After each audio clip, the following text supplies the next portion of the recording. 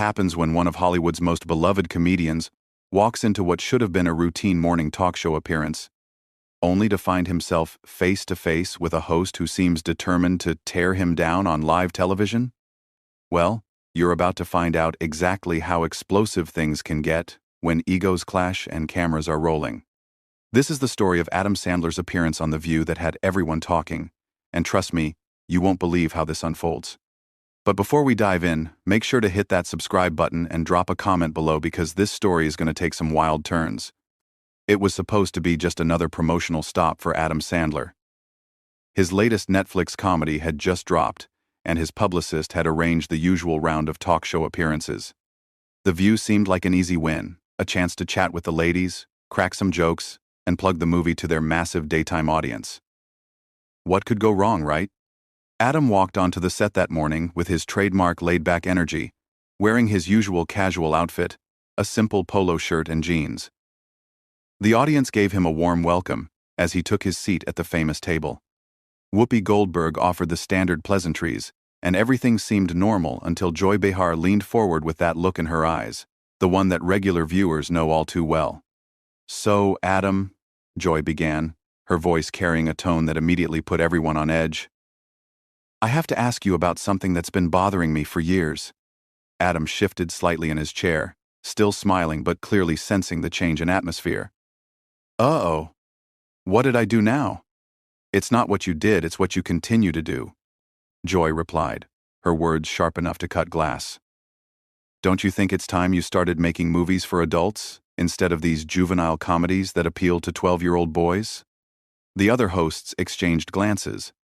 This wasn't the usual light-hearted banter they had planned for the segment. Whoopi tried to jump in with a laugh. "Well, I think Adam's movies are fun for the whole family." But Joy wasn't having it. She turned to Whoopi with a dismissive wave. "Come on, Whoopi. We're talking about a grown man who built his entire career on bathroom humor and silly voices. When is enough enough?" Adam's smile faltered for just a moment before he composed himself. Years of dealing with critics had taught him how to handle hostile interviews. But this felt different. This felt personal. "You know, Joy," Adam said, his voice still friendly but with an edge creeping in, "I've been making movies for over 20 years, and I'm pretty proud of the fact that they make people laugh. Isn't that what comedy is supposed to do? But at what cost?" Joy shot back, leaning forward aggressively. "You've made millions dumbing down entertainment. Don't you feel any responsibility to use your platform for something more meaningful?" The tension in the studio was palpable now. Camera operators were getting excited, knowing they were capturing something special. The other hosts, Sarah Haynes, Sunny Hostin, and Alyssa Farah Griffin, all looked uncomfortable as they watched their colleague tear into their guest. Adam took a deep breath, and those who knew him well could see the shift happening. The easygoing comedian was being replaced by someone who wasn't going to take this lying down. "Meaningful?" Adam repeated, his voice rising slightly. "You want to talk about meaningful? I've provided jobs for thousands of people over the years. I've made movies that bring families together. I've created characters that kids quote for decades. That sounds pretty meaningful to me." Joy scoffed, actually scoffed on live television. "Oh, please. Spare me the humanitarian act. You make lowbrow garbage, and you know it. The only reason Netflix keeps giving you money is because your movies are cheap to make and people will watch anything." That was the moment everything changed. You could see it in Adam's eyes, the exact second when his patience ran out. The studio audience was dead silent, sensing they were witnessing something unprecedented. "You know what, Joy?" Adam said, his voice now carrying a steel that surprised everyone, including himself. "I've been sitting here for 5 minutes listening to you attack my career, my choices, and basically everything I've worked for my entire life. And I have to wonder, what exactly is your problem with me?" Joy's eyes lit up with the thrill of confrontation. She had drawn blood, and she knew it. "My problem is that you represent everything that's wrong with Hollywood. You take the easy way out, you pander to the lowest common denominator, and you act like it's some kind of art form. And you think sitting behind this desk taking shots at people makes you better than me?" Adam fired back, his voice getting louder. "At least when I make people laugh. I'm not tearing someone else down to do it. The other hosts were frantically trying to figure out how to salvage the situation. Whoopi attempted to steer the conversation back to safer ground. Maybe we should talk about your new movie. But Joy wasn't done. Not even close. Actually, let's talk about the new movie. It's just another rehash of the same formula, isn't it? Put Adam in a ridiculous situation, surround him with his buddies, throw in some slapstick, and call it a day. Adam stood up from his chair, something that had never happened in the show's history during an interview. The camera zoomed in, capturing every detail of his face as he processed what was happening. "You haven't even seen the movie," he said, his voice now carrying a dangerous calm. "You're sitting here attacking something you know nothing about, just like you attack everything else that doesn't fit into your narrow little worldview." Joy's face flushed red. She had expected Adam to take the abuse like every other celebrity who came on the show, to laugh it off and play along. His pushback was making her look bad, and she didn't like it one bit. "I don't need to see it," she snapped. "I've seen enough of your movies to know exactly what this one is going to be. Predictable, childish, and forgettable." The studio fell into an eerie silence. Adam looked around the table at the other hosts, then out at the audience, then directly into the camera. When he spoke again, his words were measured and deliberate. "Ladies and gentlemen," he said, addressing the viewers at home, "this is what passes for journalism in daytime television. A host who admits she hasn't seen the work she's criticizing, attacking a guest for the crime of making people happy." Joy's face went from red to purple. Being called out on her own show, in front of her audience, was not something she was prepared to handle gracefully. She slammed her hand down on the table with such force that it made everyone jump. "How dare you lecture me about journalism?" she snarled, pointing her finger directly at Adam. "I've been in this business longer than you've been making your little boy movies. I don't need to watch garbage to know it's garbage." Adam laughed, but it wasn't his usual warm chuckle. This was something darker, more cutting. "Wow, Joy. You just proved my point better than I ever could. You literally just said you judge things without experiencing them. That's not journalism. That's prejudice." The other hosts were in full panic mode now. Sonny Hostin tried to jump in with a nervous laugh. "Maybe we should take a commercial break." "No," Joy snapped, not taking her eyes off Adam. "We're going to finish this conversation. I'm tired of celebrities coming on here thinking they can charm their way through serious questions." "Serious questions?" Adam's voice cracked with disbelief. "You call personal attacks serious questions? Here's a serious question for you, Joy. When was the last time you created something that brought joy to millions of people instead of just sitting here tearing other people down?" The studio audience was completely silent now, but you could feel the energy in the room. Some were clearly Team Adam. Others seemed shocked by the unprecedented nature of what they were witnessing. The camera operators were having a field day, switching between close-ups of both combatants. Joy stood up now too, matching Adam's energy. "I inform people. I ask the hard questions that nobody else will ask. I hold celebrities accountable for the garbage they put out into the world." "Accountable?" Adam's voice rose to match hers. "For what? For making people laugh? For giving them an escape from whatever problems they're dealing with? You want to hold me accountable for bringing happiness into people's lives?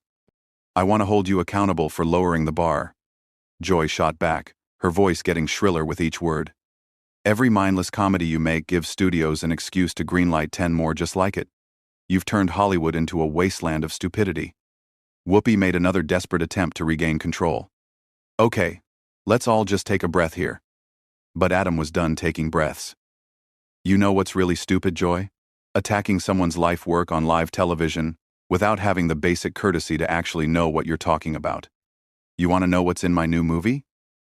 It's about a guy who loses his job and has to figure out how to support his family. It's about resilience. It's about family. It's about not giving up when life gets hard. But you already decided it was garbage because my name is on it." Joy's laugh was bitter and harsh. "Oh, please, don't try to dress up your slapstick as some kind of profound statement about the human condition. We all know what an Adam Sandler movie really is." "Do we?" Adam challenged. "Because it sounds like you've made up your mind about me and my work without ever really paying attention. That's not journalism, Joy. That's just lazy. The word lazy hit Joy like a slap. Her entire career had been built on being the tough interviewer, the one who wasn't afraid to ask difficult questions. Being called lazy by someone she considered beneath her was more than she could handle. Lazy? She screamed, and yes, she actually screamed on live television. I've been asking tough questions since before you were relevant. I've interviewed presidents, world leaders, Nobel Prize winners. And you're going to sit there and call me lazy? Adam's response was devastating in its simplicity. When was the last time you prepared for an interview, instead of just deciding to attack your guest? The question hung in the air like smoke. Even Joy's biggest supporters couldn't deny that she had walked into this interview with no real preparation, just an agenda to tear Adam down. The other hosts were looking anywhere but at their colleague, clearly uncomfortable with how badly this was going for her. Joy's voice dropped to a dangerous whisper. You arrogant little man. You think because you make millions playing dress-up that you can come on my show and disrespect me? Your show? Adam's eyebrows shot up. I thought this was The View, not the Joy Behar Hour. Are we supposed to pretend you speak for everyone here? For the first time, Sarah Haynes found her voice. Actually, Joy, maybe we should hear what Adam has to say about his creative process. Joy whipped around to face Sarah with such fury that the younger host actually recoiled. Don't you dare take his side against me. I'm not taking anyone's side, Sarah stammered. I just think we should let our guest speak. Our guest, Joy said the words like they tasted bad, came here to promote his movie. And I'm giving him exactly what he deserves. Honest criticism. Honest criticism. Adam shook his head slowly. This isn't honest criticism, Joy. This is a hit job.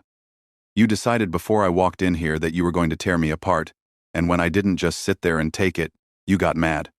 I got mad because you're everything that's wrong with entertainment today? Joy fired back. You're proof that talent doesn't matter anymore. That you can coast on mediocrity and still become rich and famous. The insult was so blatant, so personal, that even Whoopi couldn't stay neutral anymore. Joy, that's enough. But Joy was beyond reason now. No, it's not enough. Someone needs to say what everyone in this industry is thinking. Adam Sandler is a hack who got lucky and has been riding that luck for 2 decades. The studio went dead silent. You could hear the cameras clicking, the sound technicians adjusting their equipment, but not a single human voice. Adam stared at Joy for what felt like an eternity, and when he finally spoke, his voice was quiet but filled with steel. You know what, Joy? You're right about one thing. Someone does need to say what everyone is thinking. So here it is. You're a bitter, mean-spirited person who gets off on making other people feel small. You hide behind the pretense of journalism. But really, you're just a bully with a microphone. Joy's mouth fell open. In all her years of hosting, no guest had ever spoken to her like this. How dare you? How dare I what? Tell the truth? Fight back when you attack me? You can dish it out, but you can't take it? Is that it? The studio erupted into chaos. Joy's face was contorted with rage as she stepped closer to Adam, her finger jabbing the air between them. You don't get to come on my show and call me a bully. I'm holding you accountable for your mediocrity. Your show again, Adam said, his voice eerily calm now. It's interesting how you keep saying that when there are 4 other women sitting at this table. Do they get a say in how their show is run, or is this really just the Joy Behar power trip hour? Sunny Hostin finally found her courage. Joy, maybe we should move on to something else. Joy spun around to face Sunny with such venom that the lawyer visibly flinched. Don't you dare undermine me in front of this guest. I'm not undermining you, Sunny replied, her voice shaking slightly. I'm trying to save this interview before it gets completely out of hand. It's already out of hand, Alyssa Farah Griffin whispered. But her microphone picked it up. Joy heard it, and her rage found a new target. Excuse me? Did you have something to say, Alyssa? Adam watched this unfold with a mixture of disgust and fascination. Wow, Joy. You're really going to attack your own co-hosts now? Is there anyone in this building you're not mad at today? I'm mad at you, Joy snarled, turning back to face him. I'm mad that talentless hacks like you get to make millions while real artists struggle for recognition. Real artists? Adam's laugh was incredulous. Let me ask you something, Joy. When was the last time you created anything? When was the last time you wrote something, performed something, built something from nothing? All you do is tear down what other people create. Joy's voice rose to a near shriek. I don't need to create garbage to recognize garbage when I see it. But you do need to actually see it, Adam shot back. You admitted you haven't watched my new movie. You're attacking something you know nothing about based on your own prejudices. That's not criticism, that's just ignorance. The word ignorance was the final straw. Joy completely lost whatever composure she had left. Get out, she screamed, pointing toward the exit. Get out of my studio right now. Adam looked around the table at the other hosts, all of whom looked mortified by their colleagues' behavior. Your studio? I thought this was ABC's studio. Get out, get out, get out, Joy kept screaming, her voice becoming more unhinged with each repetition. Whoopi stood up, clearly trying to take control of the situation. Joy, you need to calm down right now. Don't tell me to calm down. Joy spun on Whoopi with such fury that even the veteran host took a step back. He came on here and disrespected me. And I'm not going to stand for it. Adam's voice cut through the chaos like a knife. I disrespected you? You spent the entire interview attacking my career, my choices, my character, and I'm the one who's disrespectful? You're completely delusional. Security, Joy shouted toward the wings. Get security in here right now. The audience was in complete shock. Some were pulling out their phones, others were just staring with their mouths open. This was unlike anything that had ever happened on daytime television. Adam shook his head slowly, a sad smile crossing his face. You know what, Joy? I actually feel sorry for you. You're so consumed with hate and bitterness that you can't even have a normal conversation with someone without turning it into a personal attack. Don't you dare pity me. Joy's voice cracked as she spoke. I don't need pity from someone like you. Someone like me? Adam repeated. You mean someone who's built a career making people happy instead of tearing them down? Yeah. I guess we are different that way. Security personnel were now moving toward the set, but they seemed unsure of what exactly they were supposed to do. The situation was unprecedented. Sarah Haynes made one last desperate attempt to salvage something from the wreckage. Maybe we could all just take a step back and remember that we're on live television. Joy's laugh was bitter and harsh. Oh, I know exactly where we are. We're on television where this hack gets to promote his latest piece of garbage while pretending to be the victim. Adam looked directly into the camera, speaking to the viewers at home. Ladies and gentlemen, you're witnessing what happens when someone's ego becomes more important than professionalism, when personal hatred overrides basic courtesy. Don't you dare turn this around on me, Joy screamed. You're the one who came in here with an attitude. I came in here to talk about my movie, Adam replied calmly. You're the one who decided to make it personal from the very first question. Whoopi finally stepped between them, her voice commanding. Both of you need to stop this right now. This is completely unprofessional. Joy turned on Whoopi with the same venom she had shown everyone else. He started it by refusing to answer my legitimate questions. Legitimate questions? Adam's voice rose again. You called my life's work garbage before I said a single word about the movie. How is that legitimate? The security team finally reached the set, but they still seemed uncertain about their role in this unprecedented situation. One of them approached the show's producer, who was standing in the wings, looking absolutely panicked. Adam looked around the chaos, at Joy's red face, at the uncomfortable hosts, at the shocked audience, and made his decision. You know what? You're right about one thing, Joy. I should leave. Not because you're kicking me out, but because I have better things to do than stand here and be verbally abused by someone who's clearly having some kind of breakdown. Breakdown? Joy's voice hit a pitch that was almost inhuman. I'm having a breakdown? You're the one who can't handle honest criticism. Adam was already walking toward the exit, but he turned back one last time. Honest criticism requires honesty, Joy. All you've shown today is hate. As Adam reached the edge of the set, Joy shouted after him, her voice echoing through the studio. Run away, just like all your characters do when things get tough. Adam stopped and slowly turned around, his face serious. My characters don't run away, Joy. They face their problems head on and find a way to laugh through them. Maybe you should try that sometime instead of spreading misery wherever you go." And with that, Adam Sandler walked off the View set, leaving behind a studio in complete chaos, co-hosts in shock, and Joy Behar standing alone, still screaming at his retreating figure. The camera held on Joy for a long moment, capturing her rage-filled face as she realized what had just happened. She had not only lost control of the interview, she had lost control of herself, and millions of people had watched it happen live. So there you have it, the most explosive talk show moment in television history. What started as a routine promotional interview turned into a battle of wills that ended with one of Hollywood's biggest stars walking off set while a veteran host completely melted down on live television. Make sure to subscribe for more incredible stories like this one, and drop a comment below. What do you think? Was Adam right to walk away? Or should he have stayed and continued fighting back?